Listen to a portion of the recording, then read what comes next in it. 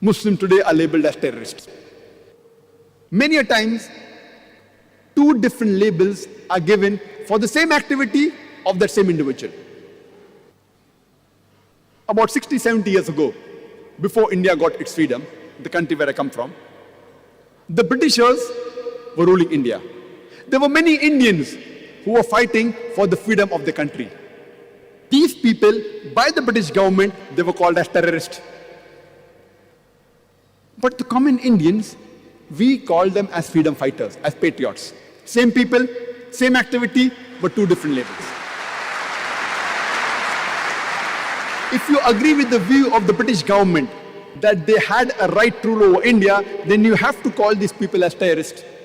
But if you agree with the view of the common Indians that the Britishers came to India to do business, they have no right to rule over us, then you'll have to call these people as patriots, as freedom fighters. Same people, same activity, but two different labels. And such examples, you can give multiple such examples in world history.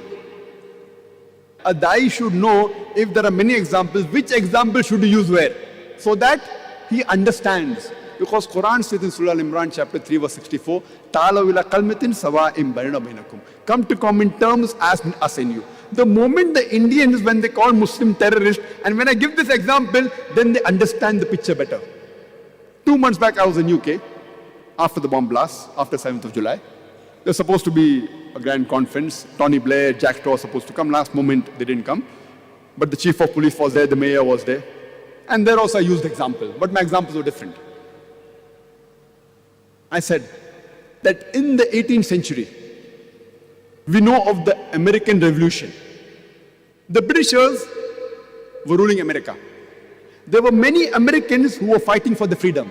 In 1776, they got the freedom. And top of the line were Benjamin Franklin, George Washington. They were called as terrorist number 1 by the British government. The person who was terrorist number 1, George Washington, later on he becomes the president of USA. Imagine, terrorist number 1 becomes the president of USA. And he is an example for all the presidents to follow, including George Bush.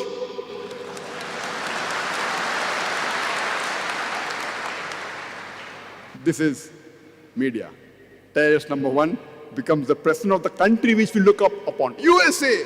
USA's name comes most advanced country in the world. Who was the person who was the first president? A terrorist.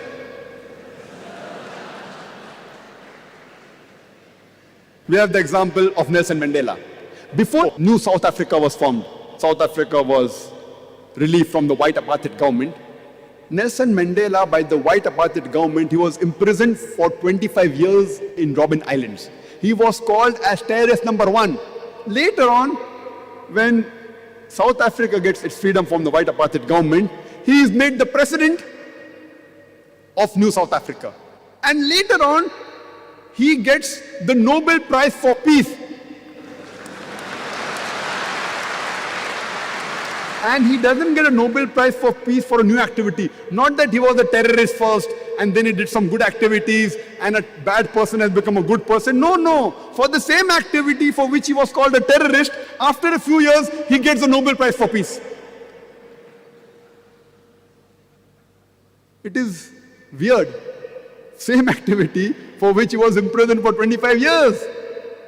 He was called as terrorist. For the same activity later on, he gets the Nobel Prize for Peace. So this is how the media can convert day into night, black into white, hero into a villain, and a villain into a hero. In short, whoever is in power, whatever he says, turns out to be the gospel truth. We know when Hitler was invading Europe, many countries were resisting. Even France, they resisted. These French people, by the Germans, they were called as terrorists. This is how the media paints a picture. Unfortunately, we Muslims, unfortunately, we are way behind. We should know how to turn the tables over.